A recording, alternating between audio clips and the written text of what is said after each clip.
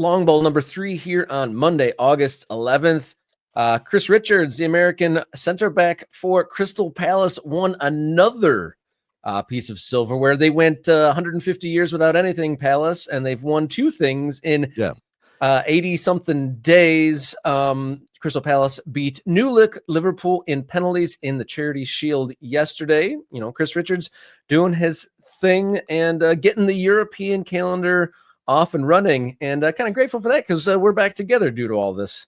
Yeah, I mean, look, it's good and bad, the situation for Crystal Palace. The good is you are FA Cup champions, and now you are the winners of the Community Shield. I mean, shout out to Dean Henderson and the cap. I mean, the cap worked, right? I mean, you don't see a lot of keepers, popping on the ball cap anymore. And he was out there, and at one point he makes a save in the penalty kick shootout, and he tips his cap. I thought that was a great move.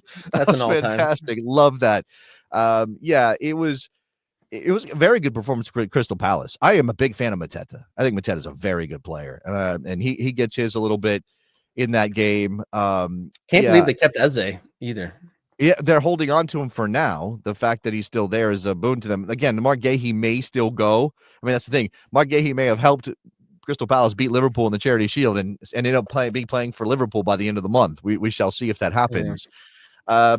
It was a great atmosphere and all of that. But of course, the bad for Crystal Palace is right after they win the Community Shield, they beat Liverpool, the defending Premier League champions, and they're high on that excitement, that victory. They get word that their appeal to the Court of Arbitration for Sport over their place in European football was denied. So they will be playing in the Conference League rather than Europa League, because the FA Cup winner gets a Europa League spot. But because of multi-club ownership with John Textor involved in Crystal Palace and at Lyon, who won their way into the Europa League in France, UEFA was like, well, no, you can't play Crystal Palace. You can't play in the Europa League because Lyon's in the Europa League and they finished higher on the table than you did in their league. And so you're in the Conference League. And of course, that means Nottingham Forest goes up to the Europa League, but they also have a multi-club ownership situation with their guy who owns Olympiacos. Only this is really just about the deadlines, people. And I got this too. I got this right now because my kid's getting ready to apply to colleges and I have to get his FAFSA form in. You know about the FAFSA form, Rob? You know about FAFSA? You're not there yet. You know about FAFSA, not for my kids. It's a vague memory from many years ago.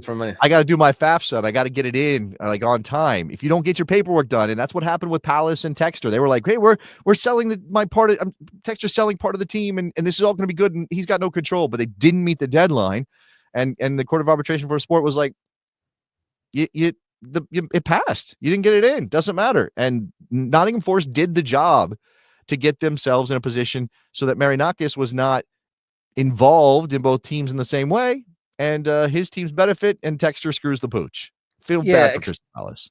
I'm excited for the Euro season to come back, but I think that Marinakis and Nottingham Forest, a little naughty here. Obviously, you'd want your team to look for every advantage here, but I think that Forest are the new heel of English soccer, between the owner writing some tersely worded letters to refereeing to kind of intimidate them, coming onto the field to blast the coach on the field, and then now putting the wink wink nudge nudge letter into the Court of Arbitrations to get Crystal Palace essentially Euro relegated.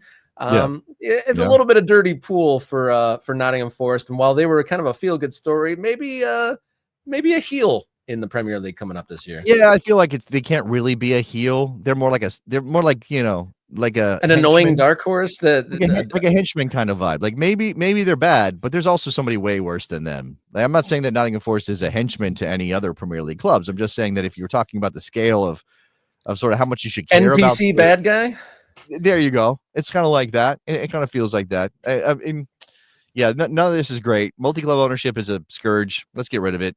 Let's move on. Indeed. Moving on. If you've been watching this, enjoying it, not subscribed yet, hit the subscribe button, grow the Morning Kick Around audience, and it enriches the soccer conversation. We are aiming to become one of the town squares of the American soccer conversation. And then also you can become an MK Ultra, $3.99 a month, gets you early access to videos, bonus content, priority commenting on screen, and access to the Discord server. So thank you everyone who's joined that, and hopefully you will join soon yourself.